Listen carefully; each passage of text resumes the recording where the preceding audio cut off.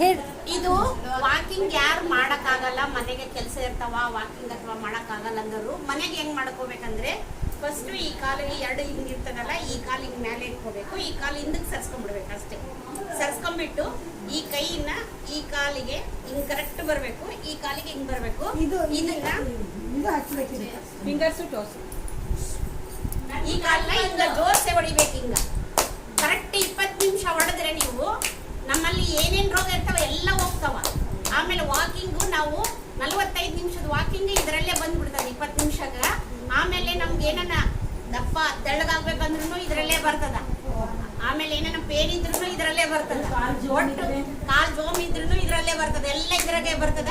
20 ನಿಮಿಷ ಬೇಸ್ ಹೊಡೆದು ಆಮೇಲೆ ಹಿಂಗ್ ಕೈ ಮುಚ್ಕೊಂಡು ಧ್ಯಾನ ಕೂತ್ಕೊಂಡ್ರಿ ಒಮ್ಮೆಲೆ ಸ್ವರ್ಗ ನೋಡ್ರಿ. ಮಾಡಿ ಬರೀ ಹೇಳ್ಬೇಕ ಕೇಳೋದಲ್ಲ, ಮಾಡಿ ನೋಡ್ರಿ. 20 ನಿಮಿಷ ಹೊಡೆದು ಆಮೇಲೆ ಕೈ ಎಲ್ಲ ಗಟ್ಟಿ ಮಾಡಿ ಆಮೇಲೆ ಧ್ಯಾನ ಪರ್ಫೆಕ್ಟ್ ಆಗ್ತದೆ. ನಾನು 10 ಲಕ್ಷ ಕೊಟ್ಟು